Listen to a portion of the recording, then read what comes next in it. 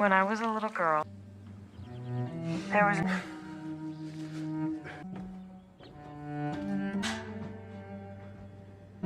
Where did that guy go? I think we both know that isn't true. Yes, you did. I'm just asking you what's the difference, but... When I can. Okay. Mr. Chase? In there. Why? Because they have names. Good afternoon. Mr. Chase, I see you brought your dog. My mother. I was expecting the dog. Up the grind, but I'm sure you know all. We got a physical. Isn't that the nature of God? No, I'm not. My wife. Out of the ordinary.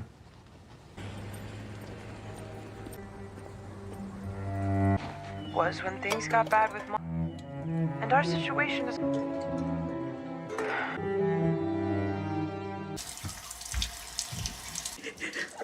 I don't know how. Let me get you out of this. I am not. The titular world-weary old man, Dan Chase, played by Jeff Bridges, who is prone to many trips to the bathroom because of his advanced age, is introduced to us. On these excursions, we witness him seeing images of his wife, Abby, Hyam stooped over on the bathroom floor, dripping wet from the unobstructed faucet. These images resemble recollections to his wife's final moments while she battled Huntington's disease. He lives with 2 dogs, Dave and Carol, whom he loves very much. Emily, his daughter, resides in an undisclosed place off-town. The majority of what we see is Dan microwaving and smashing the phone after we hear him talking to Emily on the phone. When Dan encounters a business owner he doesn't recognize on his way back from his routine exam at the doctor's office, his innate insecurity comes to the surface. As he gets home, we watch him going through his trash can, tying a few cans with a rope, and hanging them by his door.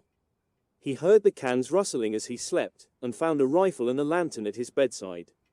With his revolver ready, he creeps cautiously downstairs while his dogs rush, and discovers the same man from the shop laying on the floor, his body held captive by the dog's fangs. Dan kills the man when he refuses to give up his identity when he questions him, then arranges the corpse and the pistol so that the altercation appears to be an equal struggle between the cops. Dan drives out of town right away, slyly avoiding the police's interrogation, and calls Emily to let her know what's going on. Harold Harper, John Lithgow, the assistant director of the FBI, is seen to us while he plays Lego buildings with his grandson. When he finds out that his grandson is still waiting for his parents to return, he is unable to control his emotions, and we witness him sobbing in the restroom. Harold's son's death is obvious, and this would subsequently be verified. Harper finds out from Agent Raymond Waters that his wife has brought in the phone that Waters was directed to get in touch with him by Bob Blasky of the DCS. If the current action is any indication, one of Harold's previous cases involving an agent who vanished from sight in 1987 appears to have come back to life. Waters had been directed to find out whether the asset was still alive and to bring him back. Harper makes a fruitless attempt to convince her that the case has been closed. Lithgow's portrayal demonstrates how his bond with the asset, Dan, is based on secrets that neither Dan nor he would choose to revisit. However, it appears that the hens have returned to their nest. Dan feels he has separated himself from the town enough, so he stops at a local cafe to regain his bearings. He gives a man a call and inquires about a house, which appears to be another asset Dan possesses under the Dixon name. Dan puts down his phone and tells the caretaker to bring in food and tidy the rooms.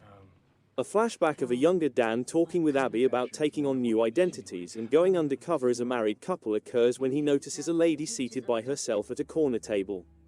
Their exchange suggests that either Abby was a fellow agent or she was privy to specific information regarding Dan's work. I did what I did, and I don't. Come be someone new with me.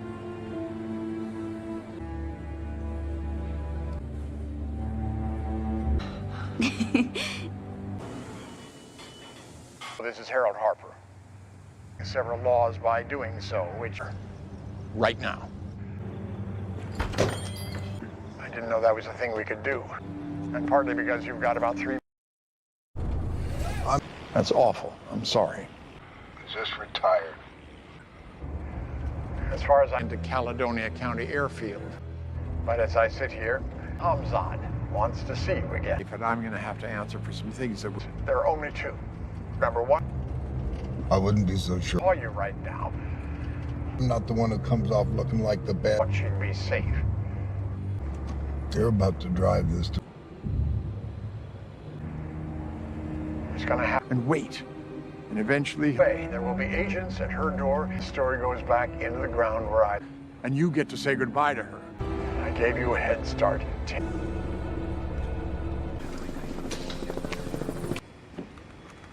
You just... Deal.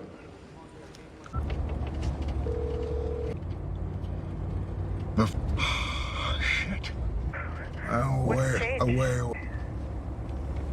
It's on the phone and keep you safe now. Being able... Dan receives another call on his burner phone, and that's when we are snapped back to the present. We find out that it's Harold, who has known where he was from the start, as he starts to speak. He lets Dan know that his car has a transponder mounted on the back bumper and gives him 3 minutes to get there before the cavalry comes to get him. Dan phones back after leaving the cafe. Through their chat, we find out that Harold and Dan were formerly close co-workers in a hazardous field, with Harold serving as their handler. While expressing his sympathies at Harold's son's passing, Dan had been monitoring Harold's life. Harold responds by telling him that Faraz Hamid wants to apprehend Dan in order to make amends, and that's why he was told to go back to the field and help the FBI do so. He tells Dan that the only sensible course of action would be for Dan to lose his tail and completely disappear off the face of the earth, since the FBI experts who are pursuing him are highly armed and deadly. That implies he will never again speak to his daughter. Dan phones Emily, who seems confused, and tells her that he's upset and flustered. We find out from her talk with her father that she knows a little bit, but not all, about who her father was. It is sufficient for her to firmly assert that Dan is incapable of accomplishing this. He needs to take a step back and remind him of his past. Dan throws the transponder off the side of a service road after losing the tail. Dan takes his SUV and smashes their car from the side, killing one of their agents as the agents discover the transponder. Dan and the other agent engage in a physical struggle that concludes with Dan being depleted and taken into custody by the agent.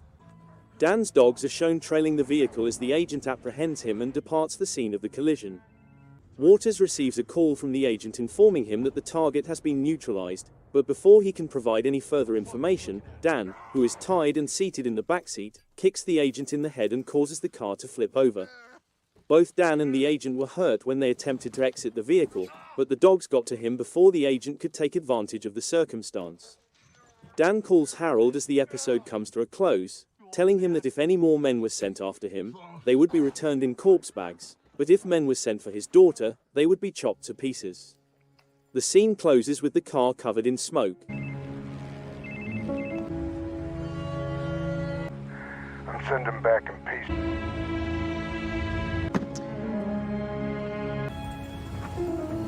It's your dad.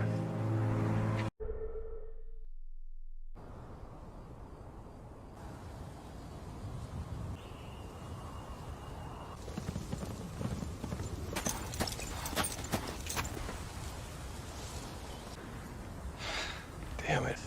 Well, 350. So, we gonna argue now before you eventually... He's fighting against our enemies. None of it matters? You and me put together. This guy is the good guy. Its entire intelligence, right? You know, it's going to be...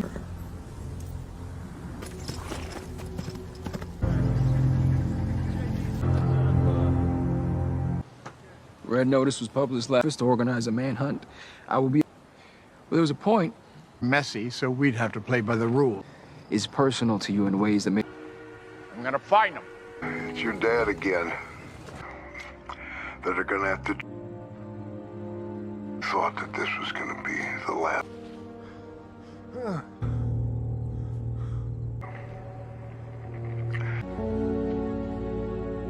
I've discarded Dan Chase. Make it all the way out there in this shape. Isn't connected to it. Call you when I can. Sure you have everything you need. In the middle of the desert, a young Harold Harper is seen in front of a jeep in the opening scene of the episode. A youthful horseback rider wearing a mask approaches the jeep. It turns out that this person is either Johnny or Dan Chase at a younger age. Harold tells Johnny that he is fighting an unofficial war, which Harold believes is a horrible concept, thus he was unable to get the firearms he had requested. While Johnny concurs with Harold that the plan is sound, he also tells Harold that he thinks the individual he is backing is credible. He genuinely thinks the man is attempting to assist his people. Assuming that Chase or Johnny is referring to a particular faction of Afghan insurgents, Harold is not persuaded since US intelligence data on the organization is unreliable. He does, however, promise to provide the weaponry on the condition that the government will not hold back in sending someone to capture Chase if anybody finds out what he is doing. This scene seamlessly cuts to the present, when we find the elder Harold standing at the scene of the automobile collision, examining the remains. Waters continues to have doubts about Harold's prejudice in the case as well as Chase's reasons for remaining. In the meanwhile, Chase leaves his totaled vehicle in an abandoned garage, packs his possessions into a suitcase, and leaves town in a brand new vehicle, ideally not connected to Dan Chase. After discovering the key beneath the doormat and entering the property, Dan receives a visit from his neighbor Zoe, Amy Brenneman, to whom he identifies himself as Peter Caldwell. Upon observing Peter's battered face, Zoe becomes skeptical. However, when she notices that 2 dogs are present, a stark contrast to her post, which clearly said no pets, she orders him to leave. Harold, in the meantime, gets off the aircraft and goes up to his buddy Morgan Boat's opulent estate to find out why Faraz Hamid has chosen to make a comeback after all these years. It may be deduced that Boat served as a mentor to Dan Chase and Harold, having previously shown strong disapproval of Chase and Harold's earlier conduct pertaining to Hamid. Furthermore, Hamid is using his ties within the State Department as leverage to kidnap Dan in retaliation. He provides Harold his phone number, which Harold found surprising that Boat would tell him to use as a backup plan. However, Boat makes it clear that Harold's legacy is at stake in this issue and that it might fall apart if he doesn't resolve it. After Peter's car broke down, he fixed Zoe a dinner to get her off to a good start while he waited for the tow crew to come. She listens to his ruminations about the elderly guy who had taught him how to cook, and after first being reluctant to change her views, she eventually comes around to him. When the tow truck eventually shows up, Zoe lets Peter stay as long as he pays her 2 months' rent in advance and does the cooking 2 days a week. After settling his differences with Zoe, Dan eventually makes it back to his apartment, where he collapses into the bed to treat his broken and bruised ribs. After disrupting a birthday celebration, Harold goes back to his office and tells his agents to meet him at his temporary location. There, after losing his son and daughter-in-law, his mentee Angela, Alia Shawkat confronts him directly about what he is doing back at the workplace. After giving her the all-clear to quit worrying about him, Harold assigns her and another agent to find Chase's daughter, which we find Harold was unaware of until Dan made a mistake during their chat. Days later, Zoe invites Dan out to dinner, and he says yes sir is not to raise suspicions with her, as he informed his daughter. While it's an odd beginning salvo, Dan and Zoe's connection over the quantity of medications in their pockets develops into a sweet and mature conversation that ends with Dan telling Zoe that his wife passed away from Huntington's disease after 6 years of suffering from severe dementia. In exchange, when her husband departed for a younger lady, Zoe tells Dan about her divorce that happened about the same time. We served together. Okay. I'm on it.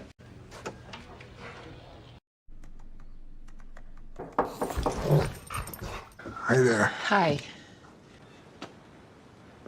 No. Okay, sure. What? I said yes. It just.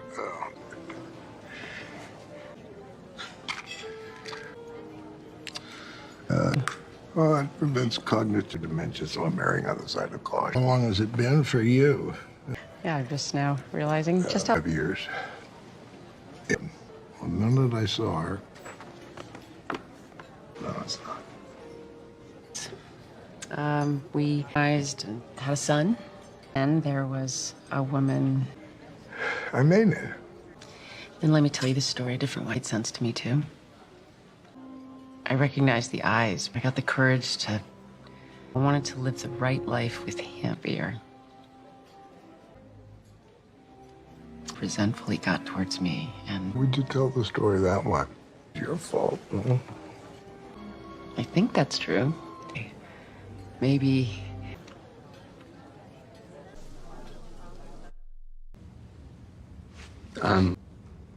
Yeah. He hired me out of Quantico. For us, Hamid's a warlord in Afghanistan. Shut up. Just disappeared to the... Although at first glance it appeared to be a standard tale of infidelity, Zoe reframes it as her inability to find fulfillment in the life she had chosen and her husband's decision to pursue happiness according to his own rules.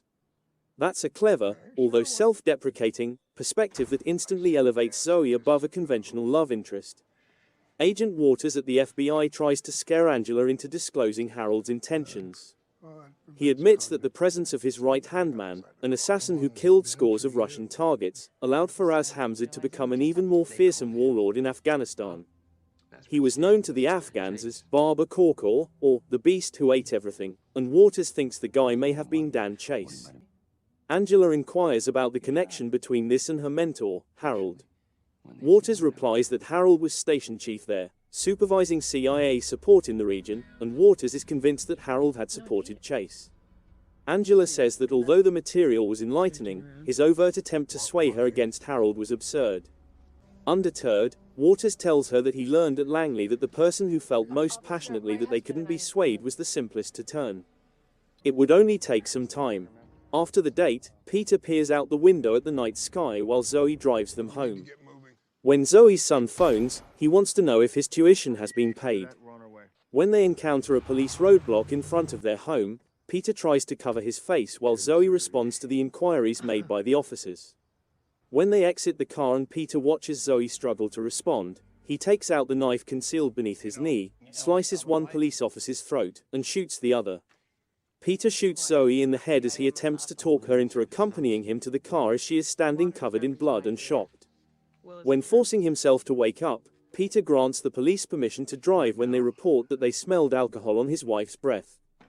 Peter turns down Zoe's request to enter the residence, saying that it is too difficult and might further complicate her predicament. Disagreeing, she leads Peter back to the home by holding his hand. Dan has another dream about Abby that night, in which she teases him, telling him he is scared to move on and find another relationship because he is scared of what will happen if she finds out. She then seems to approach Zoe's side of the bed in an attempt to rouse her awake, asking whether he or she would reveal the truth. After realizing that this dream was a mistake, Dan gets out of it, packs his luggage, and leaves the area. He approaches Zoe's apartment after hearing a bottle crack and finds her upset and agitated. She tells Dan that her son's tuition wasn't paid, thus he wasn't permitted to take the exam.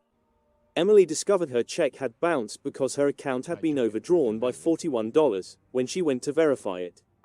She discloses that her husband is using this as a ruse to avoid paying alimony. Dan tries to pay her, but she declines. Unfazed, Dan begins sweeping the shattered glass off the floor before preparing dinner. Approaching him, Zoe puts her head on his shoulder. Went to the pharmacy. They just sell it in 2 different boxes. Yeah. Yeah.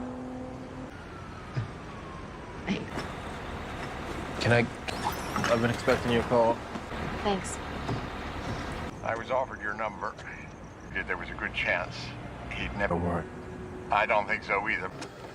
Oh, we found... The boss pulled it out. We move. Start. Is that a fact? You calling her a liar? Ah, she told me to go fuck myself. Questions to see what kind of reaction. It's funny. I'm trying to figure... Very hard to know. Marty, tell Captain Leslie's got... And here I was worried. Yourself. The only one.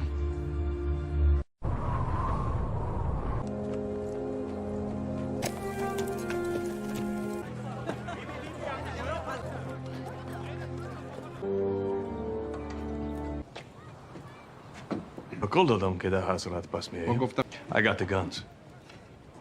On our way. United States of us. Well, sometimes I only hear what I want to hear. Let you do that. I can... Rations. Has to be someone worthy of the moment. When the dust finally settles. She is the one who whispers. A man is seen waiting for the bus at 10 o'clock on a bench at a bus stop in the opening scene of the episode. He is humorously fighting and pleading with his elderly mother to take her medication over the phone. When the bus arrives, the man, Julian Carson, looks at the woman sitting next to him who is wearing leg braces and offers to help with her baggage. He appears to be dressed as a hospital nurse, but he answers a different call before he can go to catch the bus with the woman. "I will take the next one," he adds, grinning at the woman after a few minutes. When the phone audio comes on, we hear a clip of Harper and the now exposed Julian talking in the parking lot of the previous episode as the bus leaves.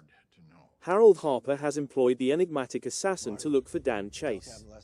The flashback shows us Dan's first encounter with the enigmatic Faraz Hamid, Pej Vahad, as well as their meeting.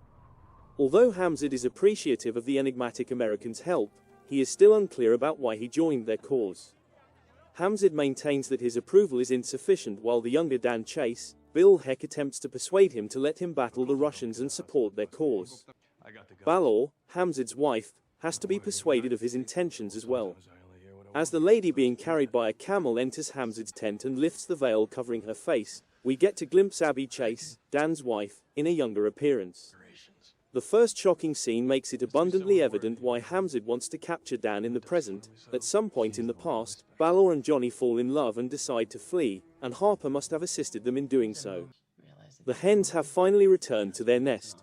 Chase is getting ready to leave Zoe and travel to Montana right now. Realizing that the police were genuinely searching for Chase, Zoe presses him for an explanation while he scrambles to come up with one. In it, Chase describes how he participated in a conflict that the US government did not approve of and how he did something that has since made him unpopular with many people. Chase tries to talk Zoe into accompanying him. A phone call from Emily breaks up the chat. To Dan's astonishment, Emily asks to speak with Zoe. Zoe listens as Emily attempts to convince her that she should trust Dan while she tentatively answers the phone. It's a strong and passionate appeal, made all the more devastating when the scene changes to a parking lot and Emily, Harold's apprentice, Angela, is exposed to us.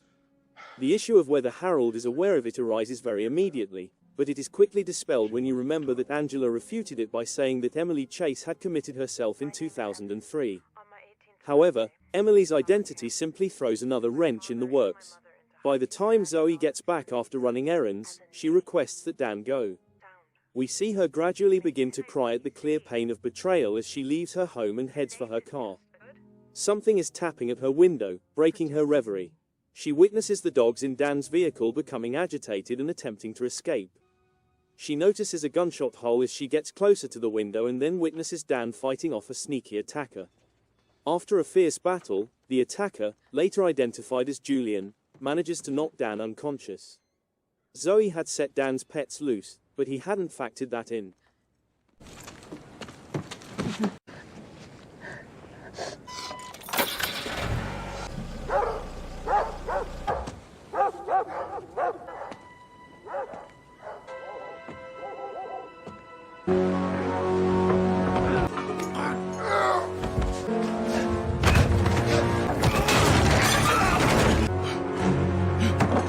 Okay. We're going thing now, Zoe. I don't know who. A movie. I looked up the time. I just remembered that the last time I went to it. You haven't been to the house since it happened. Told her I figured he must be wired. Simple question. And you give them an A. They said, and I'm quoting, qualified busybody that nobody likes gets put. That's how I taught you to play the game. Like, that game has no rule. We've got a problem here. Who's in it? No idea. Tree cover on the street. It's hard to see.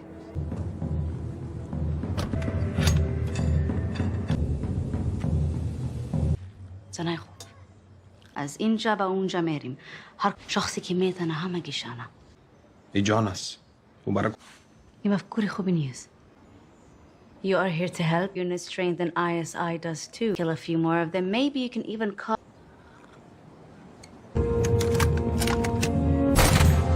Word, please. What's going on down there? Oh, no. You don't want... In order to divert Julian's attention and keep him down long enough for Dan to get back up and shoot Julian with a silencer, the dogs attack him. The CIA attempts to use their drone to find Dan and scan the area, but Dan is able to put together a sniper rifle, mount it on Zoe's sedan, and shoot the drone with ease. We witness young Dan, or Johnny, in flashbacks attempting to persuade Abby, as Balor, of his intentions. She is still doubtful. She does not see how he can help them beyond providing a few guns and hitting a few targets at a distance of 200 yards. Dan retorts that he isn't who she believes her to be and that his shooting range considerably exceeds 200 yards.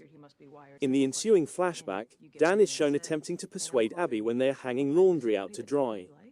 She eventually opens up about her history and how her perception of Americans evolved from the idealistic images of young boys and girls seen in University of Ohio booklets to the grunts and slick CIA administrators. She views Americans as either self-destructively naive and willing to sacrifice everything for any cause, or as pragmatic monsters who believe that no violence is ever justifiable. At the moment, she is unable to tell which of these two groups Dan belongs to. Furthermore, as games of crosses and double crosses start to be played, even the FBI is currently on edge. CIA agent Waters is a Hamid stooge, ready to poke and prod the FBI at any opportunity, both Harold and Angela surmise. Harper ignores Waters' attempts to refute the accusations while outlining the real motivation for Hamid's current vengeance campaign. Emily takes control of the situation and changes the script, telling Waters to leave a message for Hamid so that they may ask Hamid why, as Harold's story begins to portray Angela's, also Emily, mother negatively. Even though Angela's strategy appears straightforward, her stern and confused countenance betrays mental turmoil as she tries to prevent her connection with both of her father figures from collapsing. In the last scene, Dan Chase is shown preparing to leave Dodge behind by taking the vehicle to a remote location. But just as the camera goes dark, he pauses to look in his trunk. Given that Zoe is missing for the majority of the second half of the show and that the SWAT team was unable to locate anyone on the property, it is likely that Dan took Zoe hostage in order to protect her. Zoe's life is in jeopardy because the CIA is already aware of his whereabouts. It's interesting to note that Julian has vanished too, indicating that the assassin is motivated to exact revenge and complete the task to protect his reputation. As fresh and intriguing subplots from both the present and the past emerge as a result of disclosures, the story becomes more complex.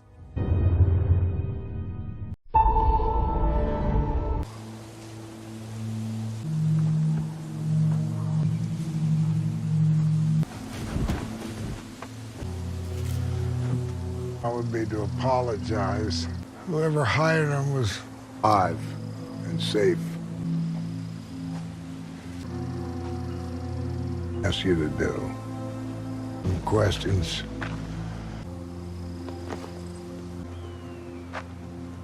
And that you'll contact him again.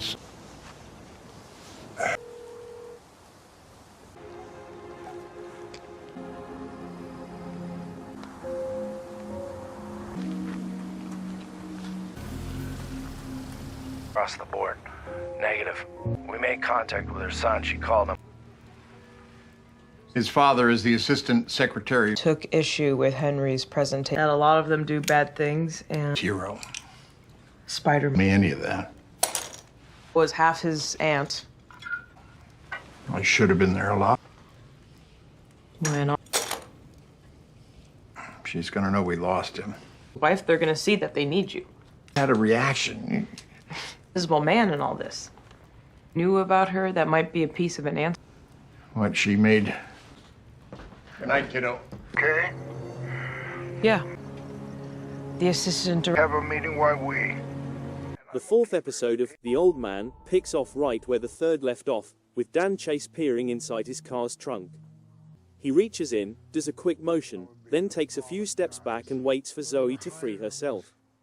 Dan continues to describe the circumstances, including why he had to kidnap the woman and the subsequent events, but Zoe stays mute the entire time, expressing astonishment and indignation at the same time. In order to prevent her from being looked into as a suspect in Dan's escape, the guy begs her to phone her son and explain that she is safe and that Dan is holding her captive against her choice. Zoe does the same, but after phoning many times, her son does not answer and she leaves no note on his voicemail. Before long, the two depart from the location and head to Los Angeles, where they pick up new identities and outfits along the way. Roles are switched around such that Dan plays wealthy investor Henry Dixon of Corsair Finance and Zoe plays Henry's wife Marcia Dixon. The episode gives the impression that Dan constructed Henry Dixon's identity many years ago, even if it isn't made clear whether or not he is a totally new persona. Dan is now returning to that position. Dan moves in with Zoe in a big fancy apartment he owns, and he meets Zachary, Henry Dixon's professional accountant, right away. Dan, posing as Henry, informs Zachary that he wishes to make a sizable stock investment in a certain business as soon as possible, within a day or two, in order to attract Suleiman Pavlovich, the director general of the firm. However, Zachary appears to be taken aback by this abrupt request as he dismisses the notion. It is rapidly shown that Suleiman Pavlovich, the man Dan adopts as his name, was likewise closely connected to both his and everyone else's pasts during the Soviet invasion of Afghanistan. Rebel commander Faraz Hamzid had already come to regard Dan, who was then known as Johnny Cola, as a personal buddy and confidant at the time. After being beaten up in a Soviet camp that had been torturing Afghan peasants, Hamzid's wife Balor and a few of his men returned to their base one night traumatized. After Balor was also fired at, Hamzid demanded armed retaliation. Balor objected, claiming that attacking a massive army base would be too risky. Dan does not stop the irate rebel mob from taking Pavlovich away, even though he knows deep down that doing so will ultimately cause Hamzid to become too powerful. This knowledge is conveyed in the episode through a woman who is purported to be his wife Abby Chase, warning him against giving Hamzid more power later in life, but it is later revealed that Abby Chase is only a figment of Dan's imagination.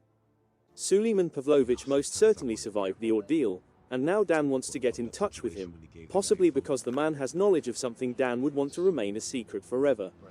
Additionally, the FBI Counterintelligence Office makes some significant strides, the most significant of which being a phone call Harold Harper receives from Julian Carson, the hired assassin.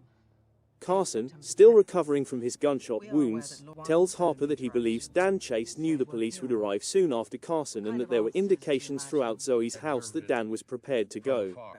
The hitman maintains that there is unquestionably an informant inside his own FBI team who is giving Dan Chase vital information and enabling him to evade capture each and every time.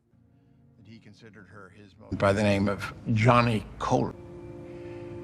But maybe tell him not to waste it. All of ours, it'll be his morning.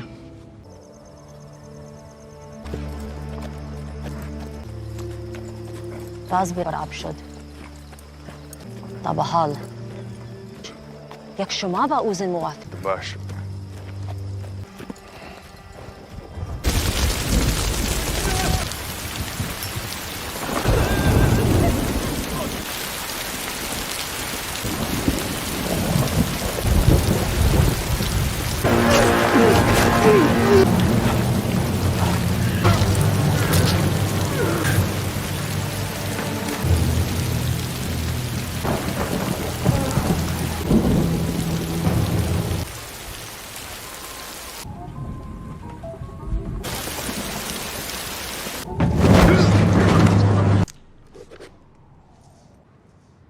What do you want from me? Out loud. Amount of time to get from there. I'll consider you to be family here at the company. You know, we have a... Mom told me when she got it, I wouldn't be here if it wasn't for you. Oh, equity investment. The hall, do some research, put together... Henry, share with me that it might help me make sense of it. I know but money... See...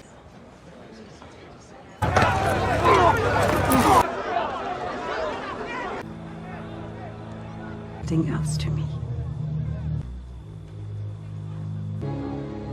I don't want to have it. Really believe that? The world is full.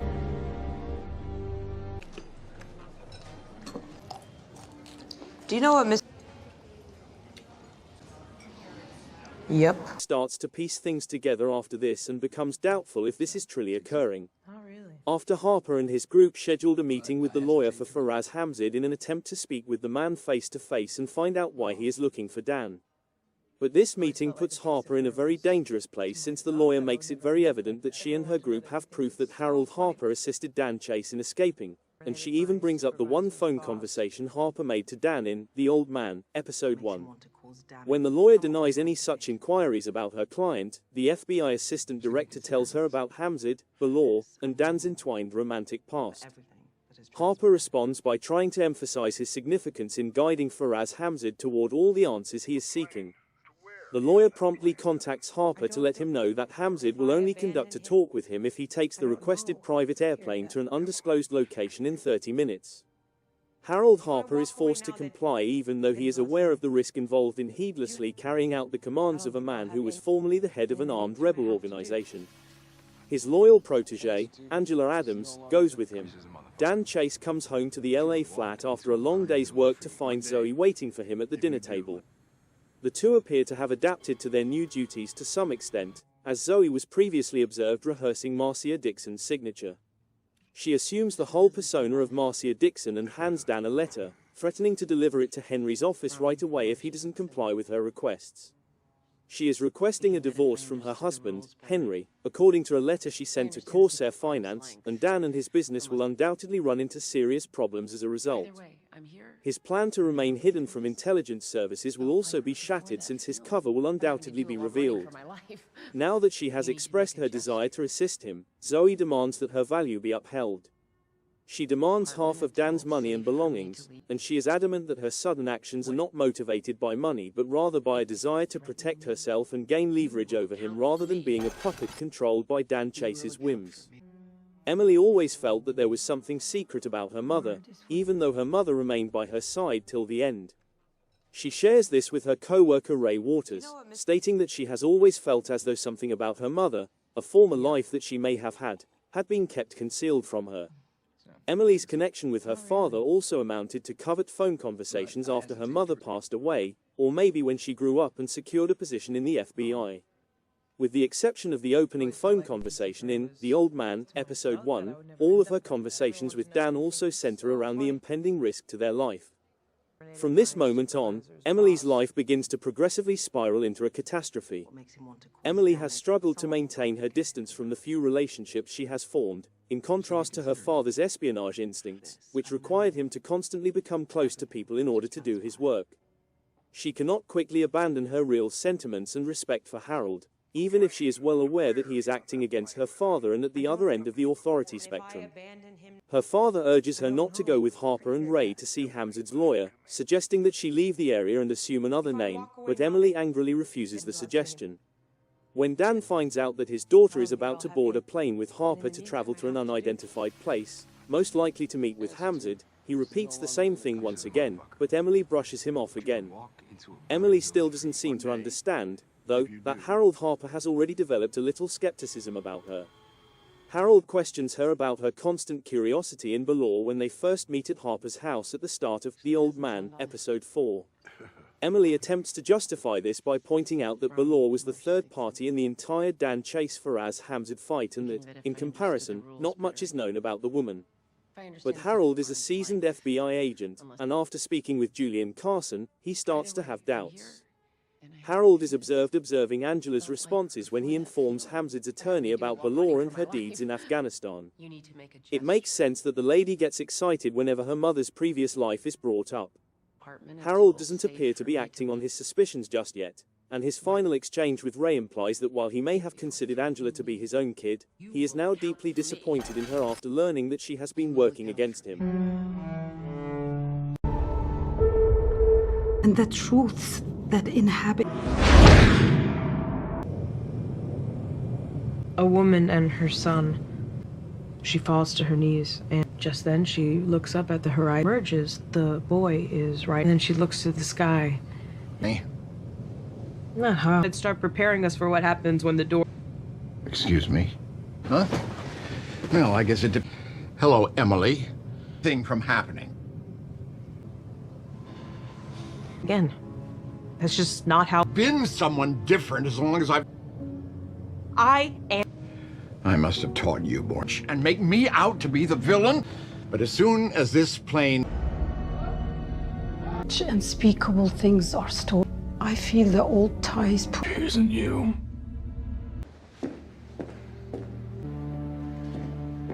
To divide by 2.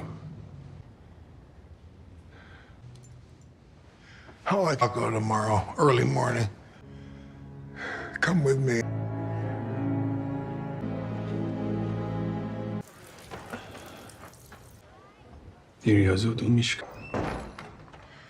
نمایندگی به تنم مرا کمک تجیشنا گیر میتن وقتي طشوا.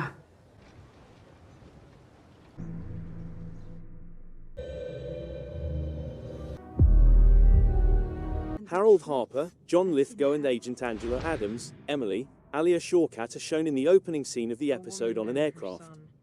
In one of Angela's stories, a woman and her kid are strolling along a beach. A big wave washes her son out to sea. The anguished mother begs the Almighty to bring her kid back to her. The mother watches as an albatross dives momentarily into the sea and comes out with her son. The albatross brings the kid to his mother. Upon evaluating her son, the mother remarks, "He had a hat."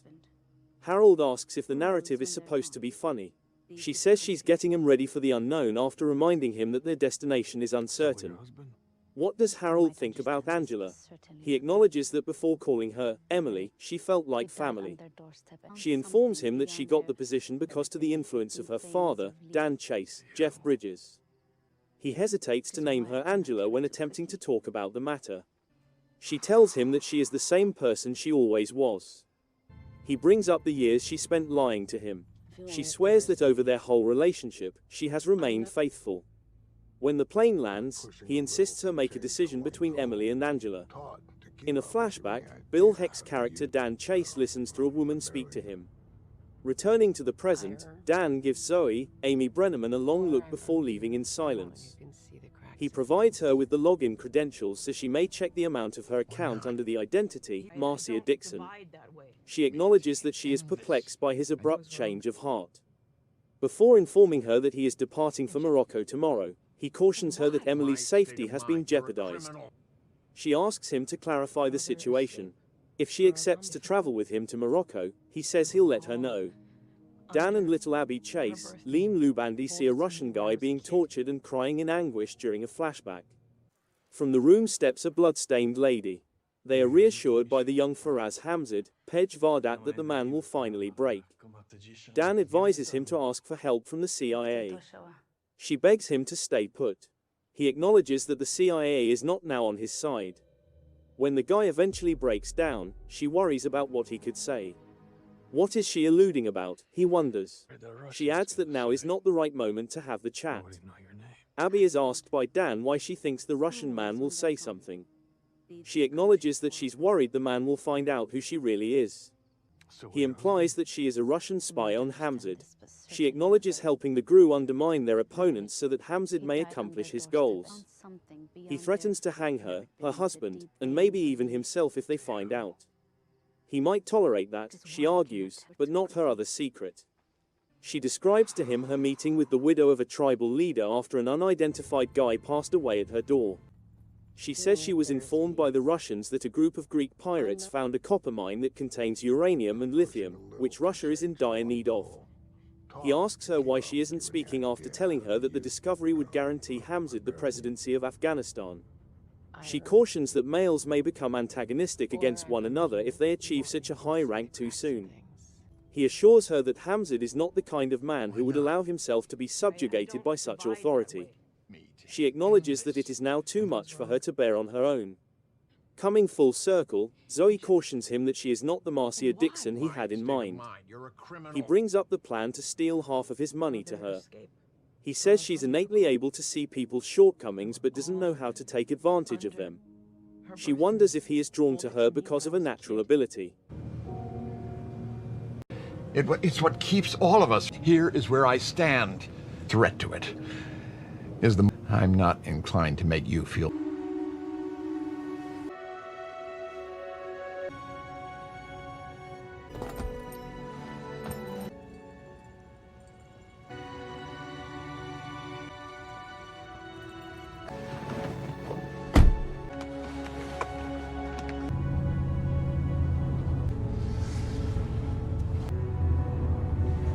Pops up, both you and Emily, you'll be... Ray, and I cannot stress this enough, don't... This water... You see, I need some help, and you were the last to see him, so you to be a part of it. You hit. You know, very. An apology. I just know. Mike was worried. I did the one thing you must... I never wanted. Well, now you know.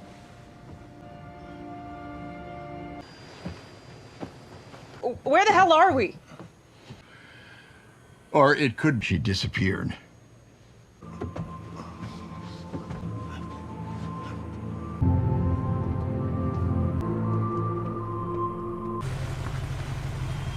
Angela informs Harold that she is unable to decide between Emily and herself. Why does she feel that way, he wonders.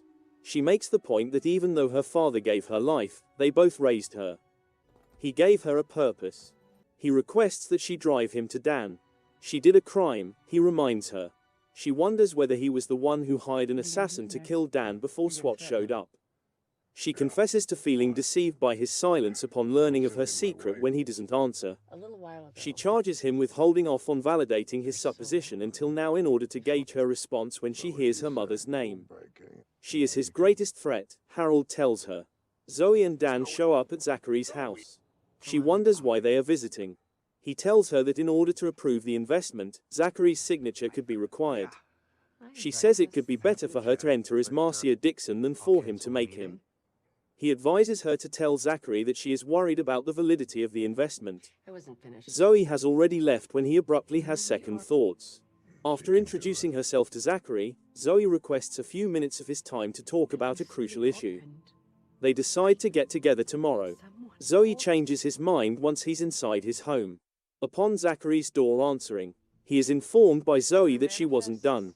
Dan envisions himself speaking with Abby. She advises that because she is only his prisoner, he should confess and ask for forgiveness for the things he has been holding inside of him. Zoe goes back to her car. He advises her to tell Zachary that she is worried about the validity of the investment. Zoe has already left when he abruptly has second thoughts. After introducing herself to Zachary, Zoe requests a few minutes of his time to talk about a crucial issue. They decide to get together tomorrow. Zoe changes his mind once he's inside his home. Upon Zachary's door answering, he is informed by Zoe that she wasn't done. Dan envisions himself speaking with Abby. She advises that because she is only his prisoner, he should confess and ask for forgiveness for the things he has been holding inside of him. Zoe goes back to her car. Angela believes that when Harold was being targeted by a person from his past, the CIA declined to defend him. She claims that once he learned the truth, the authorities welcomed him back. What is she saying, he wonders. After Hamid is slain, she suggests he may use the narrative to bolster his case. While he is trying to get rid of Hamid, she proposes they find her father right now. Dan gives Zoe credit for persuading Zachary to accept the investment. He cautions her about the potential consequences of her decision. She assures him that he is much more than just a persons and things defender. She tells him it doesn't matter as he attempts to explain how they got there. She acknowledges that she doesn't miss her previous location. She implies that even though he might not have thought of her as his ideal companion, she might be the one he needs. He extends his arm to take her hand. As the program comes to a close, the flight attendant, Nina Michaud, identifies them. Mr. and Mrs. Dixon. No!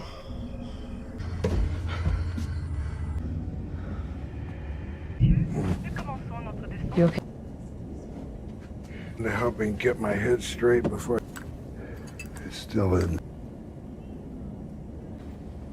In any way, would it pay for your line of work?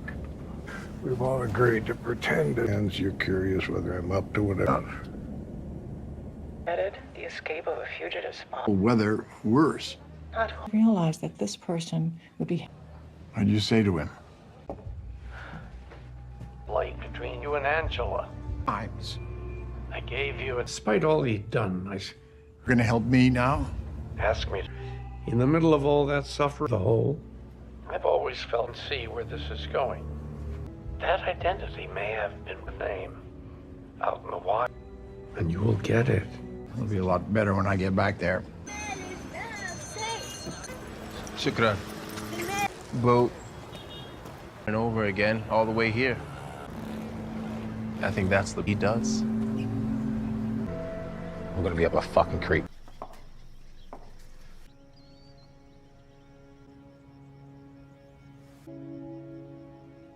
We gain entrance. And how your world works. Crap. It's wage-wielding. Old Man V. The conclusion of this chapter is hinted at in the first scene of The Old Man episode 6, as Dan has a nightmare. Emily is taken from him by an odd figure who lurks in the dark. A younger Abby observes from a distance. Dan advises Zoe to leave her name and identify somewhere so she may retrieve them later when they are traveling to Morocco via aircraft. She disputes this, claiming that once you enter, it's impossible to leave.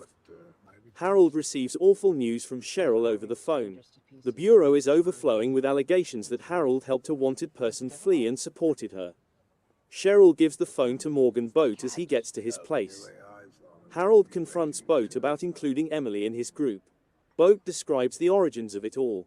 Harold finds Boat's suggestion to leave Emily unsettling and insists that Boat reject the idea.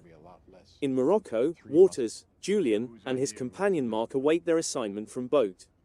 One of Dan's most important and perceptive moments is when he explains to Zoe the two-edged nature of his universe.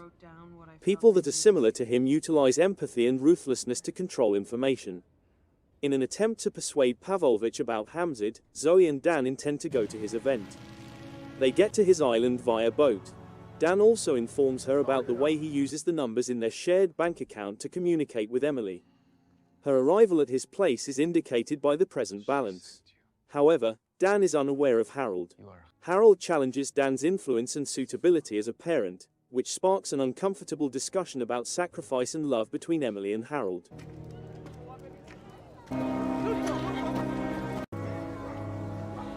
During the night, somehow freed himself. Emmett knew, but no, because I know.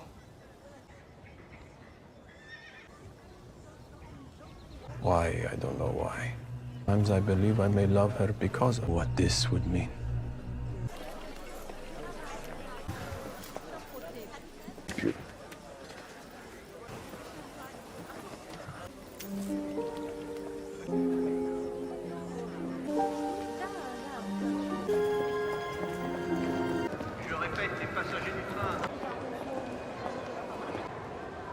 Yeah.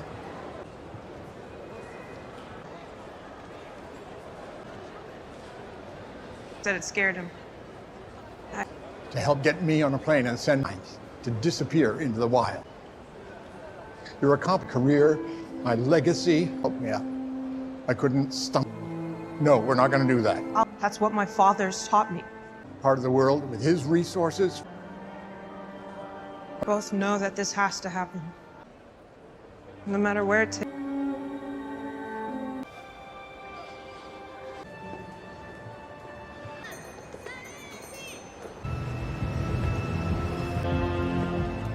Is this some...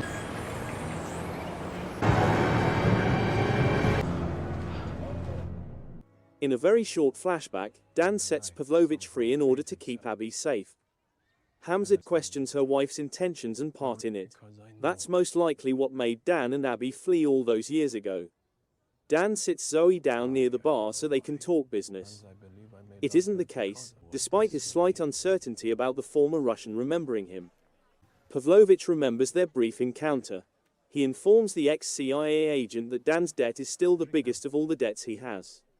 At the pub, Nina Kruger approaches Zoe and says something weird is about to happen. At that moment, Pavlovich's tone shifts. He affirms that Hamid has reached him beforehand and promises to do him a favor in exchange for Dan's delivery. Dan manages to get away despite being outnumbered and decides not to murder Pavlovich again. When Emily and Harold return to the airport, they see a DGST representative. Emily admits that in order to keep Harold safe, she was the one who contacted him to come escort him home. When Harold tells Emily about Boat's suggested strategy, Emily is immediately willing to sacrifice her identity in order to uphold Harold's legacy. With their prospects of ever seeing one another fading, they share a farewell hug. That's when we see Julian going up the steps as Harold goes down. Harold immediately understands what is happening when he sees Waters outside the airport. Actually, Emily has a bullseye on her back thanks to Boat. He did not want Harold's acquiesce to go ahead with the plan. In the most recent incident, Boat claimed he had to hurt both his sons. And that's how he accomplishes it. Harold hurries back upstairs to locate Emily, but she's gone. Harold surrounds Zoe and Dan at the city port and informs Dan that Emily is with the old man. They also need to return her to her.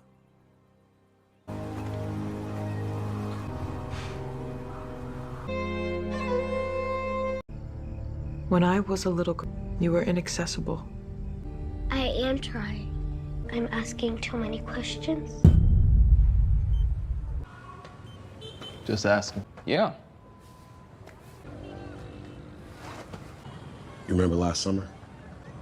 The sun in the morning. Something doesn't feel right. Is he talking? She said she could get. Maybe. I get it, yeah. You read it wrong. He's stepping in to end it him. If you're on it. What? Yeah. This is the ball game. Well, everybody Can do? How can that be? You back out afterwards. What the rest to you after this? At a bare minimum.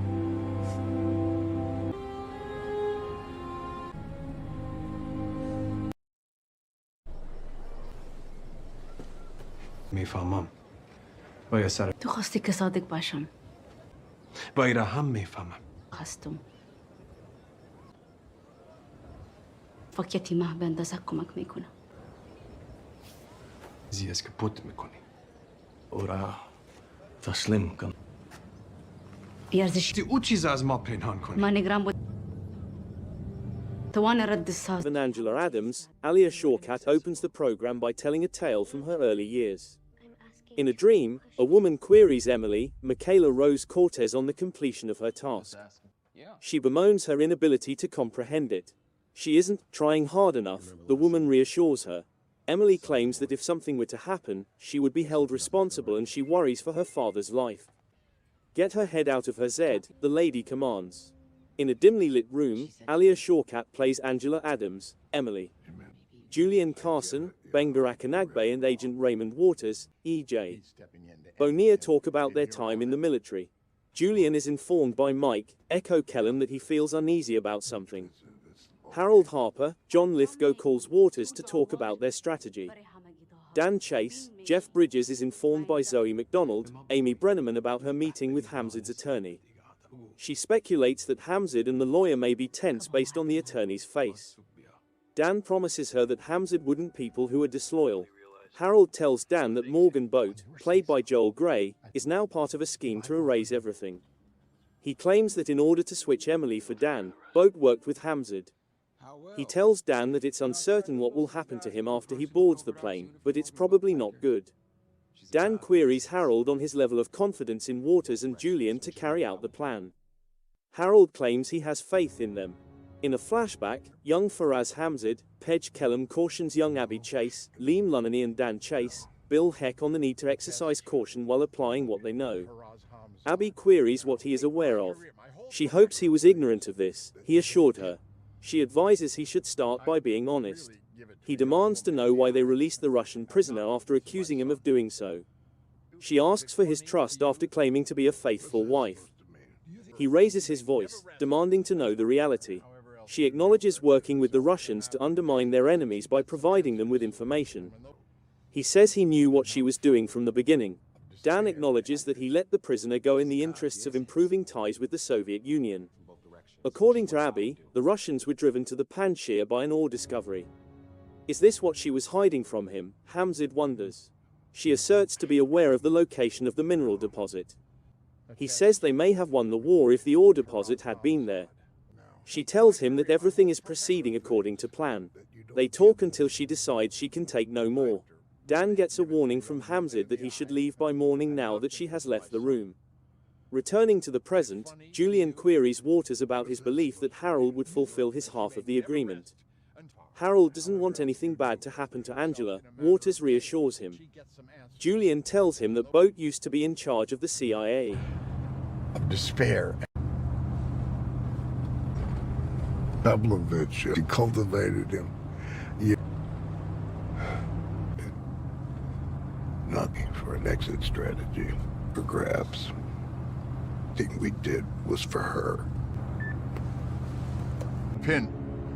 Ray, drop. What? Does Hamzat know that my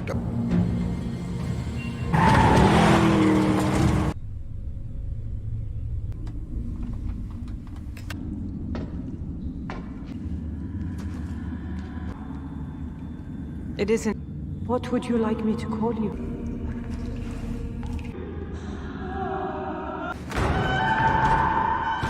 You got it, come on. Look, take this. Van with a dead driver.